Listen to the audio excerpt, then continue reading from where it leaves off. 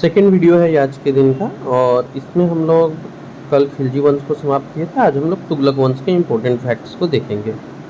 खिलजी वंश का जो अंतिम शासक है नसरुद्दीन खुसरो खां, जो भारत का पहला मुस्लिम शासक भी है।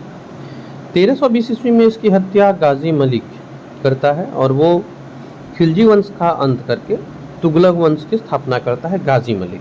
ठीक है, स्थापना के समय ये अपना नाम रखता है गयासुद्दीन तुगलक, जबकि इसका वास्तविक नाम गाजी मलिक है।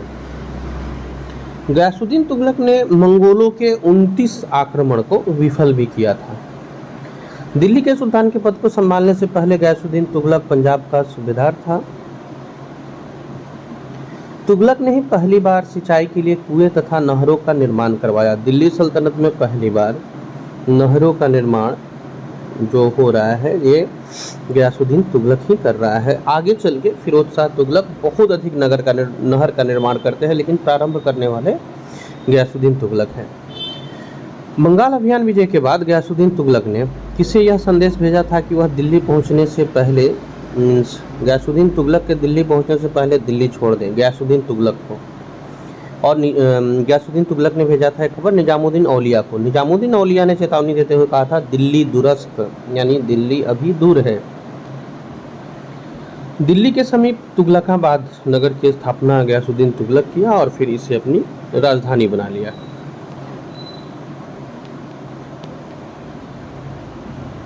तुगलक वंश के सुल्तान जिसकी मृत्यु लकड़ी के महल गिरने से हुई, ये गयासुद्दीन तुगलक ही है। बंगाल अभियान से वापस आ रहे थे ये और आराम करने के लिए रास्ते में रुकते हैं। बंगाल का अभियान विजयी रहा था इनका। वो जो रास्ते में रुके थे वो लकड़ी का बनाया हुआ टेम्पोररी महल था जो अचानक से गिर पड़ता है और इसमें दब के मृत्यु हो जाती है। इसके बाद में इनका जो अगला सुल्तान है वो जूना खां है, जो गद्दी पे बैठने के बाद मोहम्मद बिन तुगलक नाम से जाना जाता है। मोहम्मद बिन तुगलक का वास्तविक नाम जूना खान है। गयासुद्दीन तुगलक ने मोहम्मद बिन तुगलक को अपना युवराज घोषित किया था और इसको उलुग खां का उपाधि दिया था। मध्यकालीन सभी सुल्तानों में सबसे शिक्षित और विद्वान सुल्तान मोहम्मद बिन तुगलक ही हैं। इसके बाद में मोहम्मद बिन तुगलक ही है जो सबसे शिक्षित और विद्वान सुल्तान है, न केवल दिल्ली सल्तनत बल्कि मध्यकाल में जितने भी राजा हुए सभी का।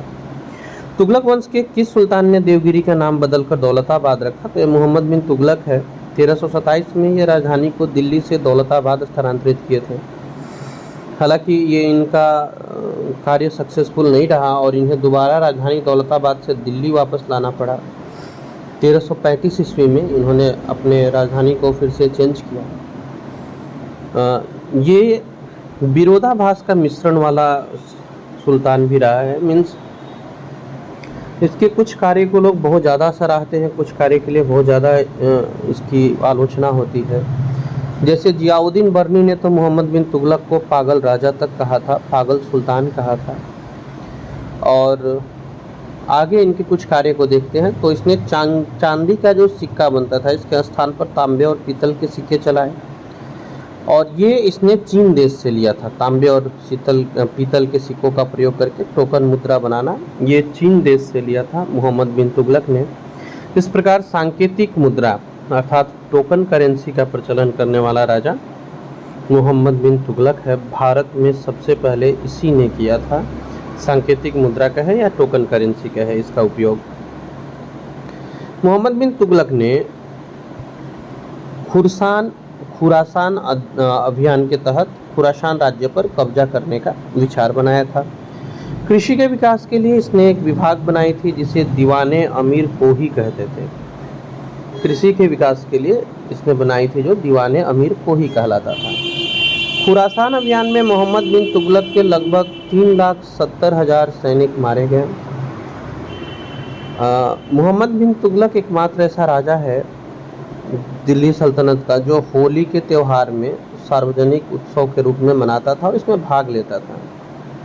इब्न बतूता मोरक्को का प्रसिद्ध यात्री है और ये MBT अर्थात मोहम्मद बिन तुगलक के कार्यकाल में ही आया। 1333 ईस्वी में इसने भारत की यात्रा की थी इब्न बतूता ने। भारतीय इतिहास पर आधारित पुस्तक रेहला जो है ये इब्न बतूता की लिखी पुस्तक है। इब्न बतूता को दिल्ली के प्रमुख काजी के पद पर नियुक्त किया गया था। मोहम्मद बिन तुगलक ने 1342 ईस्वी में चीन का राजदूत बनाकर भेजा था इब्न बतूता को। एमबीटी की मृत्यु कब हुई थी? तो ये 20 मार्च 1351 को मोहम्मद बिन तुगलक की मृत्यु हो जाती है। बदायूनी ने मोहम्मद बिन तुगलक की मृत्यु पर कहा था, सुल्तान को अपनी प्रजा से और प्रजा को सुल्तान से मुक्ति मिल गई। मोहम्मद बिन तुगलक के मृत्यु के बाद उसका चचेरा भाई फिरोज शाह तुगलक ये दिल्ली का अगला राजा बना। इसके लिए जो सबसे इम्पोर्टेंट और पहला फैक्ट है वो ये है कि ब्राह्मणों पर जजिया कर लगाने वाला पहला सुल्तान फिरोज शाह तुगलक है। फिरोज शाह तुगलक ने अनाथ मुस्लिमों विधवाओं की सहायता के लिए दीवाने खैरात बनाया था। ये जाना जाता है आपको दाशों के मैनेजमेंट के लिए, नहर के मैनेजमेंट के लिए, रोजगार विभाग के लिए। तो फिरोज शाह तुगलक ने रोजगार विभाग और दान विभाग की स्थापना की थी। सबसे बड़े नहर का जाल बिछाने वाला राजा भी फिरोज शाह तुगलक है। मेरठ और टोपड़ा स्थित अशोक स्तंभ को दिल्ली मंगवाया था फिरोज शाह तुगलक ने। पीडब्ल्यूडी जो आज का है लोक निर्माण विभाग, इसकी सबसे पहले स्थापना फिरोज शाह तुगलक ने ही की। इसने सिंचाई के ऊपर जो कर लगाया इसको हक ए शर्ब कहते थे, यानी हक ए शर्ब लगाने वाला दिल्ली का सुल्तान फिरोज शाह तुगलक है। हक ए शर्ब क्या है? तो ये सिंचाई के ऊपर लगाया गया कर है।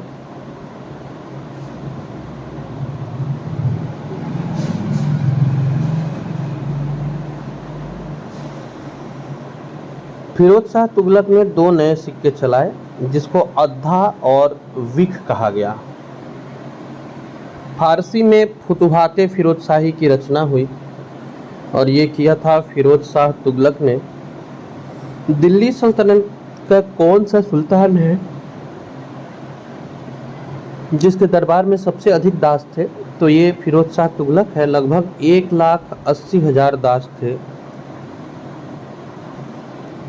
दासों की देखभाल के लिए फिरोज शाह तुगलक ने दीवाने बंदगाह की स्थापना की थी।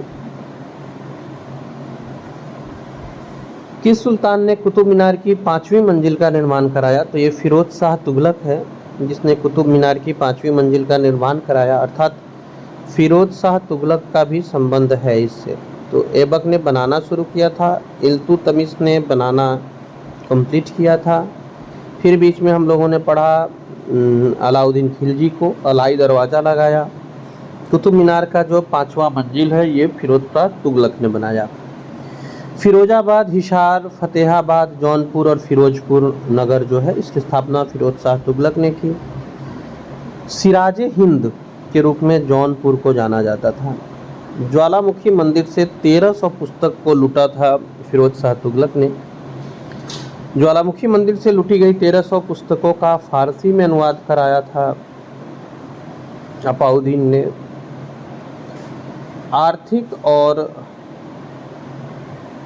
प्रशासनिक सुधारों के कारण फिरोज शाह तुगलक को सल्तनत काल का मतलब दिल्ली सल्तनत का अकबर भी कहा गया है। इसने इतने अच्छे से आर्थिक और प्रशासनिक सुधार किए थे।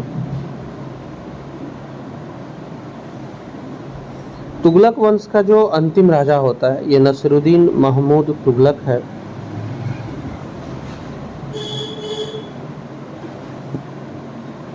अगले प्रश्न पर आते हैं। तैमूर लंग ने किसके शासनकाल में भारत पर आक्रमण किया और दिल्ली को लूटा था? तो ये नसीरुद्दीन महमूद तुगलक है। यानी तैमूर लंग का जो आक्रमण होता है ये तुगलक काल में होता है। ईस्वी है 1398। सल्तनत काल के किस वंश के सुल्तानों ने सबसे अधिक समय तक शासन किया था? तो ये तुगलक वंश ही है। लगभग 94 वर्ष इन्होंने शासन किया था।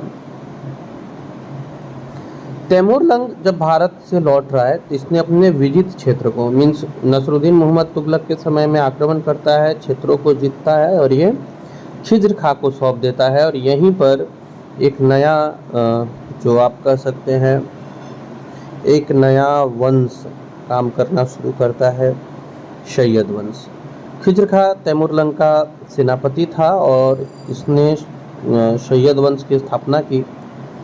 सल्तनत काल में शासन करने वाला जो शिया वंश है वो सैयद वंश ही है।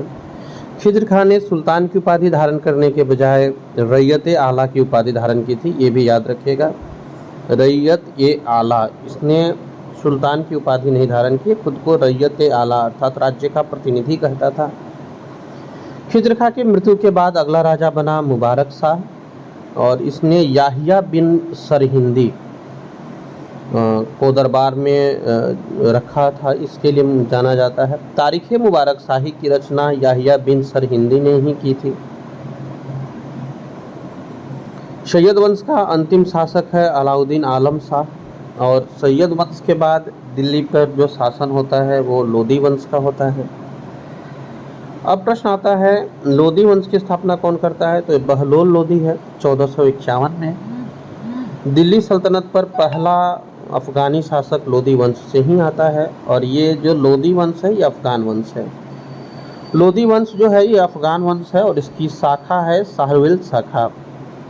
बहलोल लोदी के बाद अगला सुल्तान बनता है निज़ाम खां, जो सुल्तान सिकंदर शाह की उपाधि धारण करता है।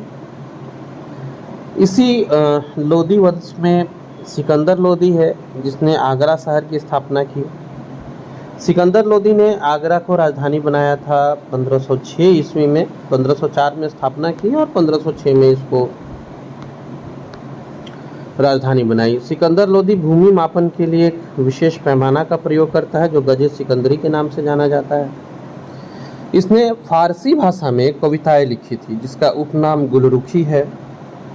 मुसलमानों को तजिया निकालने और मुस्लिम महिलाओं को पीरों की मजार पर जाने से प्रतिबंधित करने वाला राजा सिकंदर लोदी है। 1517 ईस्वी में सिकंदर लोदी की मृत्यु के बाद लोदी वंश का जो अगला शासक बना ये इब्राहिम लोदी बना। इब्राहिम लोदी और मेवाड़ के राजा है राणा संगा। इनके बीच युद्ध होता है खटोली का युद्ध।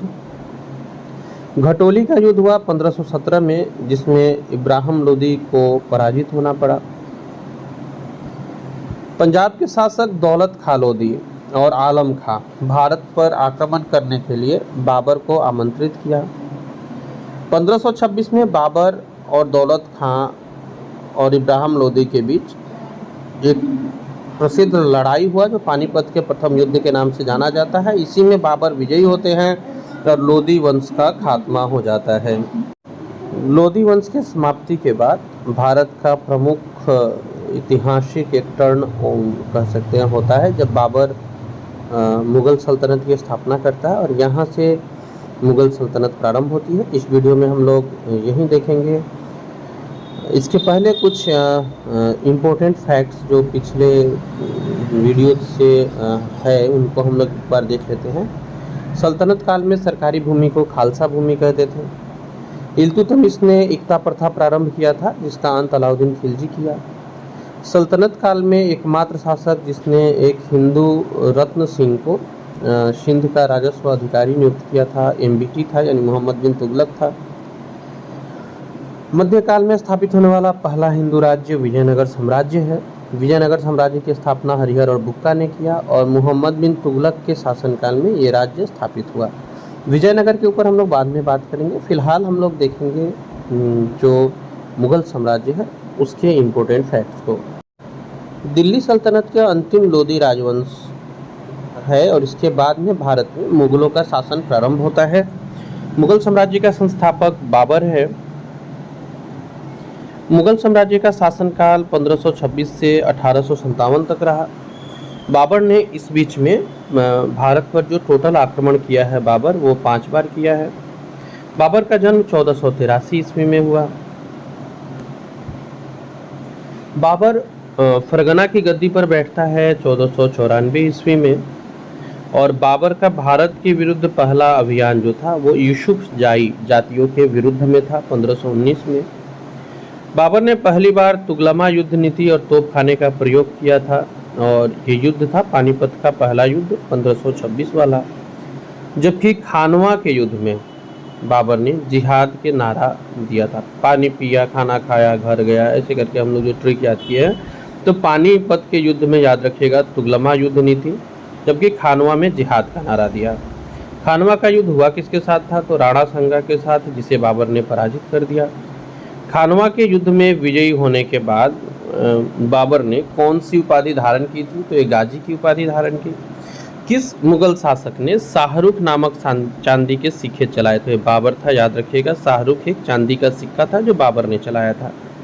ये अपनी उदारता के लिए लोगों के बीच में कलंदर नाम से भी प्रसिद्ध था। मुगल दरबार की जो राजभाषा थी वो फारसी थी।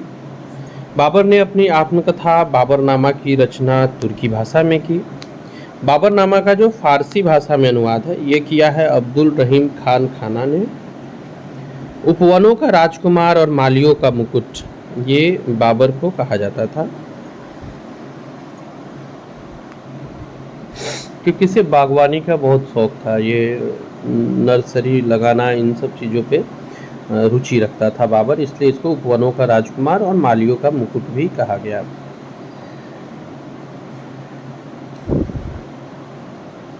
बाबर ने बादशाह की उपाधि कब धारण की थी? तो 1507 ईस्वी में।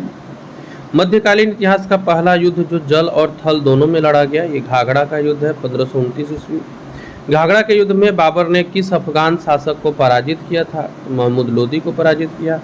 और किस मुगल शासक ने मुसलमानों को तमगा नामक कर से मुक्त कर दिया था? तो यह बाबर था, जिसे मुगल शासकों ने जिसने मुसलमानों को तमगा नाम कर से मुक्त कर दिया था। चंदेरी का युद्ध 1528 ईस्वी में बाबर और मेदिनी राय के बीच लड़ा गया। बाबर जो है वो नक्शबंदी सिलसिले का अनुयायी था, सूफी सिलसिला है नक्शबंदी। बाबर की मृत्यु होती है 1530 ईस्वी में आगरा में, और बाबर का जो मकबरा है वो काबुल में स्थित है। बाबर के 4 पुत्र हुमायूं, कामरान, अस्करी, हिंदाल, यहाँ से हुमायूं की कहानी प्रारंभ होगी। इस वीडियो में हम लोग बाबर तक को कवर किए। अगले वीडियो में हम लोग हुमायूं से लेके पूरे दिल्ली सल्तनत को कवर करने वाले हैं। वीडियो मिस मत कीजिएगा, चैनल को सब्सक्राइब और नोटिफिकेशन बेल ऑन जरूर कर लीजिएगा। आज पूरे दिन मेडिएवल की ही कड़ी चलेगी, और आज हम लोग मेडिएवल का ये जो पैटर्न हम लोगों ने शुरू किया है, इसमें हम लोग मुगल के अंत तक आएंगे। अगला वीडियो जो कि हमारा लास्ट वीडियो होगा आज का, मिस मत कीजिएगा, अंत तक देखिएगा। पहली बार चैनल पे आए हैं सब्सक्राइब कर लीजिए, और वैसे लोगों के साथ शेयर कर दीजिए जो इस तरह का इन्फॉर्मेशन रखना चाहते हैं। मिलते हैं हम लोग अगले इम्पोर्टेंट वीडियोज़ में।